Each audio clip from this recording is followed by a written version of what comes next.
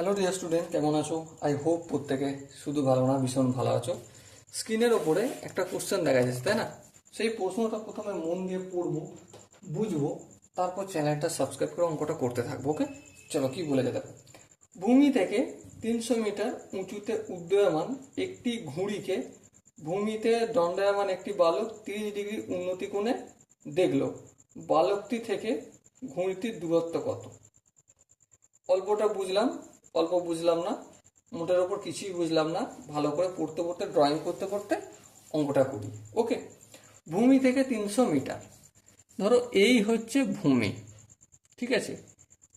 এখান পর্যন্ত উচ্চতা কত মিটার? উচ্চতা ভূমি থেকে বলেছে দেখো 300 মিটার, ঠিক আছে? ভূমি থেকে 300 মিটার উঁচুতে একটা উড্ডয়মান ঘুড়ি রয়েছে। এই ঘুড়িটাকে ছেলেটা দেখছে, সাপোজ মনে করো এখান থেকে যখন দেখছে না, তখন এই ছেলেটা যখন উপর দিকে তাকাচ্ছে, উন্নতি কোণটা কত ডিগ্রি হচ্ছে? 30 ডিগ্রি, তাই তো? হ্যাঁ, 30 ডিগ্রি। তো এবারে বালকটি থেকে ঘুড়িটির দূরত্ব কত? মানে এই ডিস্টেন্সটা আমি এক্স ধরছি, তার এই এক্স এর দৈর্ঘ্যটা কত? এখানে বালক আছে আর এখানে আছে ঘুড়ি, সেই দৈর্ঘ্যটা কত? তার জন্য আমরা একটা কাজ করি, এই অ্যাঙ্গেলটার সাপেক্ষে লম্ব কোণটা এটা, অতিভুজ কোণটা এটা। হ্যাঁ, ঠিক আছে। তাহলে যদি তাই হয়, তাহলে লম্ব বাই অতিভুজ, না অতিভুজ বাই লম্ব করব? আচ্ছা, লম্ব বাই অতিভুজই করি।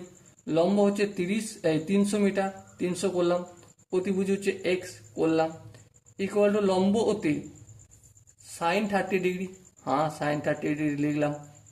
তাহলে এই হচ্ছে 300 ইকুয়াল টু সাইন 30 ডিগ্রির ভ্যালু কত?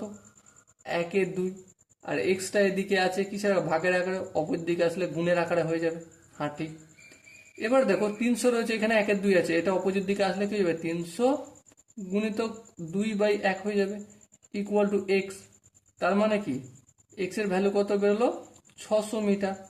সো এই যে বালকটা দাঁড়িয়ে আছে, এখান থেকে এখান পর্যন্ত দূরত্বটা কত হয়ে গেল? 600 মিটার। সো এখানে দেখো যে 4টা অপশন আছে, তার মধ্যে কোনটা সঠিক option? Obviously option D is the right answer. I hope এই কোশ্চেনটার প্রতিটা স্টেপ বোঝা গেছে। যদি কোনো স্টেপ বুঝতে অসুবিধা থাকে বা ডাউট থাকে বা কনফিউশন থাকে, তার জন্য কি করতে হবে?